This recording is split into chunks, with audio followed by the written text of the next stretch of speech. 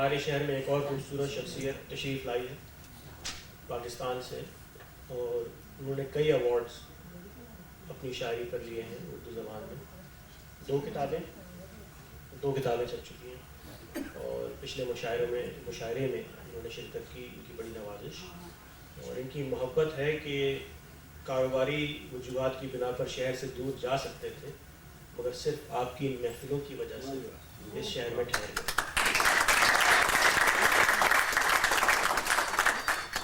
گزارش کروں گا صابر علی صابر صاحب سے کہ وہ تشریف لائیں.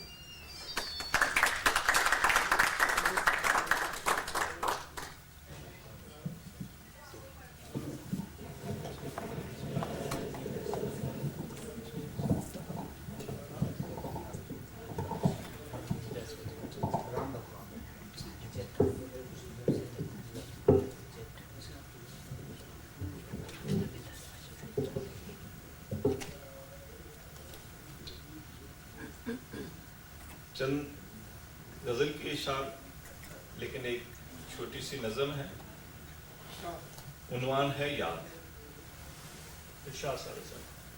جب ہجر کی لمبی راتوں میں ایک شور سا دل سے اٹھتا ہے، بے نام سی آگ سلگتی ہے اور ریشہ ریشہ جلتا ہے. سینے کی اتھا گہرائی میں لاوا سا ابلنے لگتا ہے. ہر قطرہ خون دھیرے دھیرے آنکھوں سے ٹپکنے لگتا ہے. سانسوں کا تسلسل جب تھک کر سینے میں الجھنے لگتا ہے. میں جان کو سنبھالا دیتا ہوں تو جسم بکھرنے لگتا ہے. اس وقت تیری یاد آتی ہے اور آ کے مجھے بہلاتی ہے. اس وقت تیری یاد آتی ہے اور آ کے مجھے بہلاتی ہے. میں فکر محش کے ہاتھوں یوں کریا کریا اور نگر نگر، کوچا کوچا بستی بستی، صحرا صحرا خاک بسر. کشکول طلب ہاتھوں میں لیے کندھوں پہ اٹھائے زاد سفر. سردی کے تھپیڑے کھا کھا کر، گرمی کے شدائد سہ سہ کر، فریاد کنا ہر موئے بدن، دن بھر کی مشقت سے تھک کر، درمدہ جسم کے مرکز پر کہتا ہے بس کر اے بس کر. اور میں بھی سمجھنے لگتا ہوں یہ جینا موت سے ہے بدتر. اس وقت تیری یاد آتی ہے اور آ کے مجھے بہلاتی ہے.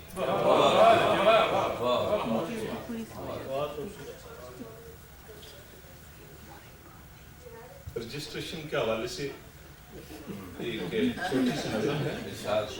ایک قطعہ: آتش غم کبھی نہیں بجھتی، آتش غم کبھی نہیں بجھتی، اشک آنکھوں میں لا کے دیکھ لیا، دو گھڑی بھی نہ ساتھ دے پایا، تجھ کو اپنا بنا کے دیکھ لیا. دو گھڑی بھی نہ ساتھ دے پایا. آتش غم کبھی نہیں بجھتی، اشک آنکھوں میں لا کے دیکھ لیا، کیا بات ہے، دو گھڑی بھی نہ ساتھ دے پایا، تجھ کو اپنا بنا کے دیکھ لیا. تو یہ اسی رجسٹریشن کے حوالے سے یہ ہے: چہرہ زیست کا جمال ہے ہم، چہرہ زیست کا جمال ہے ہم، عاشقان وفا خصال ہیں ہم. چہرہ زیست کا جمال ہے ہم، عاشقان وفا خصال ہیں ہم. تیرے در پہ زبان نہیں کھلتی، تیرے در پہ زبان نہیں کھلتی، سربسر صورت سوال ہیں ہم. تیرے در پہ زبان نہیں کھلتی، سربسر صورت سوال ہیں ہم. بے رخی میں تیرا جواب نہیں، بے رخی میں تیرا جواب نہیں، جہان ساروں میں بے مثال ہیں ہم. بے رخی میں تیرا جواب نہیں، جان نثاروں میں بے مثال ہیں ہم. ایک نعمت ہے اپنی محرومی، دولت غم سے محلا مال ہیں ہم. منزلیں گرد راہ ہیں اپنی، منزلیں گرد راہ ہیں اپنی، رہ روانے رہ کمال ہیں ہم.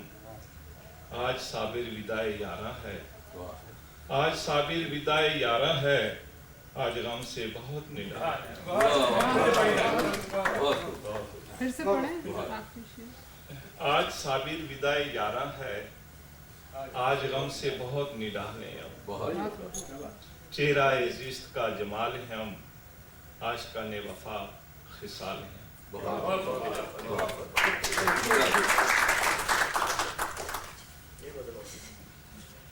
یہ چھوٹی سی بہر میں ہے۔ جب تلک انتظار رہتا ہے پیار کا اعتبار رہتا ہے، جب تلک انتظار رہتا ہے پیار کا اعتبار رہتا ہے، جب سے سمجھا ہوں راز عظمت عشق دل کو میرے قرار رہتا ہے، جب سے سمجھا ہوں راز عظمت عشق دل کو میرے قرار رہتا ہے، دشمنوں سے بھی آدمیت کا رابطہ استوار رہتا ہے۔ کسی انسان کا نہ توڑو دل، کسی انسان کا نہ توڑو دل، اس میں پروردگار رہتا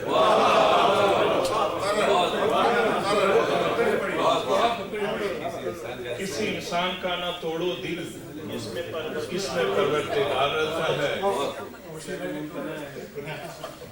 ایک نعمت ہے دولت غم کی، کس لیے دل فقار رہتا ہے، اس سے ملنے کے بعد بھی صابر دل میرا بے قرار رہتا ہے۔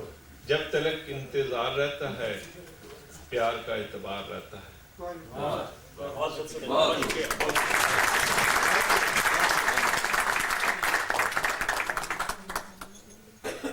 بہت خوبصورت شاعری صاحب، بہت خوبصورت۔ سنا جانثاروں میں بے مثال ہیں ہم، وہ شعر یاد آیا پرانا کئی سالوں بعد کہ یہ اپنی وفا کا عالم ہے اب ان کی جفا کو کیا کہیے، شاید جانثار اختر۔ یہ اپنی وفا کا عالم ہے ان کی جفا کو کیا کہیے، ایک نشتر زہر آگی رکھ کر نزدیک رکھے جہاں بھول گئے۔ زہر آگی رکھ کر نزدیک رکھے جہاں بھول گئے۔ اس نشتر زہر آگی کے ساتھ ایک میٹھی شخصیت کی ضرورت ہے اس محفل کو، اور ہمارے بزرگ ہیں محفلوں میں آتے رہتے ہیں، سرپرستی کرتے ہیں۔ میں گزارش کروں گا مشیر صاحب سے، مشیر بیگی صاحب سے کہ وہ تشریف لیں۔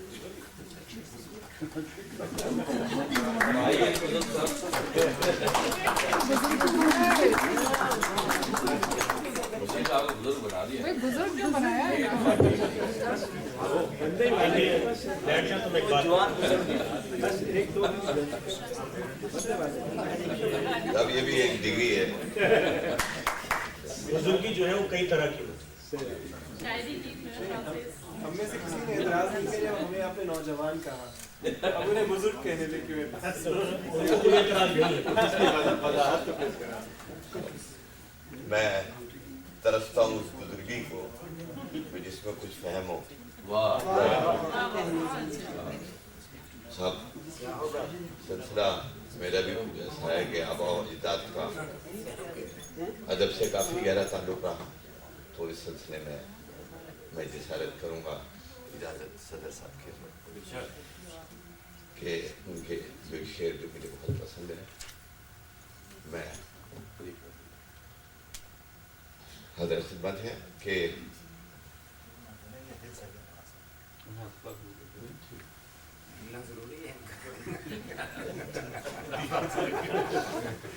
آتش سینہ و افلاک زمین تک پہنچے، آتش سینہ و افلاک زمین تک پہنچے، آتش سینہ و افلاک زمین تک پہنچے، اور خاک ہو جائے جو ہم خاک نشین تک پہنچے۔ آتش سینہ و افلاک زمین تک۔ اب آپ کو پتہ چلا میں نے بزرگ کیوں کہا تھا۔ میں شاعری کی بزرگی کی بات، لوگوں کی سمجھنے کی بات۔ اس غزل کا دوسرا شعر ہے کہ تم کیا سمجھو گے حسن شناسان ازل، تم کیا سمجھو گے، تم کیا سمجھو گے حسن شناسان ازل، واہ کتنے اوہام سے گزرے تو یقین تک پہنچے۔ تم کیا سمجھو گے حسن شناسان ازل، کتنے اوہام سے گزرے تو یقین تک پہنچے۔ اور اس غزل کا آخری شعر جو ہے مجھے بہت پسند ہے یہ کہ مہرباں ساقی محفل کو دیکھا اے روش، مہرباں ساقی محفل کو جو دیکھا اے روش، اب یہ ضد ہے کہ ہر جام ہمیں تک سینوں افلاک زمین تک پہنچے، خاک ہو جائے جو ہم خاک نشین تک پہنچے۔ بہرحال یہ میرے مرحوم فادر ان لا ان کا یہ شعر یا غزل تھی روش دیو صاحب، اور میں ذرا اس سے اور پہلے بھی جاتا ہوں کہ مولانا اسماعیل صاحب کے بڑے بھائی عبد الحکیم جوش، ان کا ایک شعر مجھے بہت پسند ہے۔ میں برستا ہے میں گھر میں گھٹا سے پہلے، میں برستا ہے میرے گھر میں گھٹا سے پہلے، اور جوش کے گھر پہ رحمت باری یہ دعا سے پہلے۔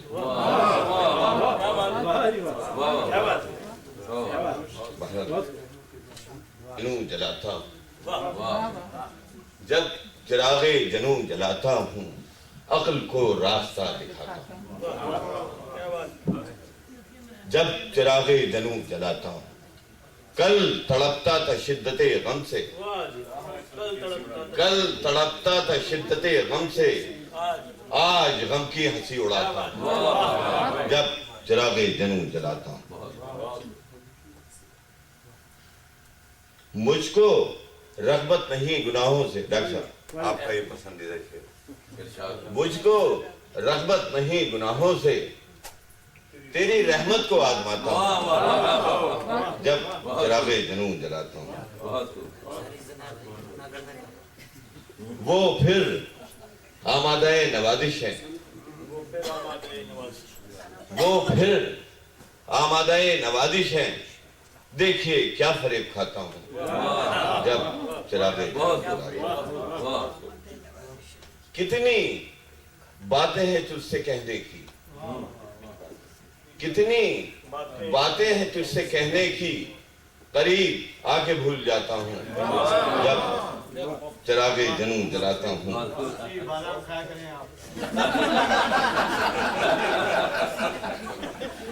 بھائی آپ پہلوانی کا ادب سے مقابلہ کر رہے ہیں تو بڑا مشکل ہوگا، یہ بڑی نازک چیز ہے، یہ آپ کی سمجھ میں مشکل سے آئے گی۔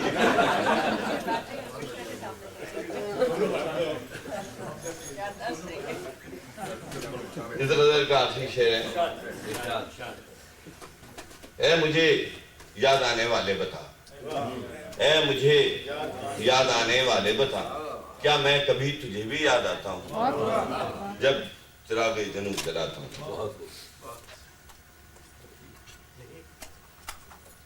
خلوت میں بھیج کر یادیں، کیسا میری خلوت میں بھیج کر یادیں، ضبط غم میرا آزماتے ہو، کس لیے اس قدر ستاتے ہو۔ حسن تو عشق کا ہے عکس جمال، حسن تو عشق کا ہے عکس جمال، تم اسے آئینہ دکھاتے ہو، کس لیے اس قدر یاد آتے ہو۔ دل میں یہ اپنی بیگم کے لیے کہا تھا، وہ اتفاق سے موجود نہیں ہے،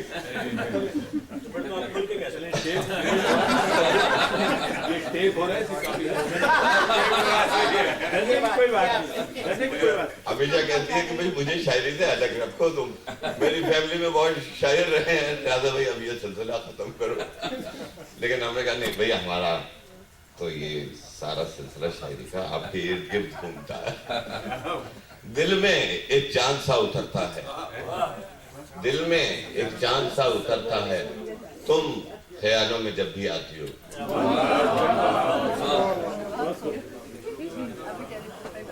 کس طرح پھر نصیب ہوگی خوشی، کس طرح پھر نصیب ہوگی خوشی، تم غموں سے تو خوف کھاتے ہو۔ ہم یہ ابھی یہ 9/11 کے اوپر تھا، تھوڑا سا یہ اس زمانے میں ہم لکھ رہے تھے تو تھوڑا سا اس کا بھی عکس ہے۔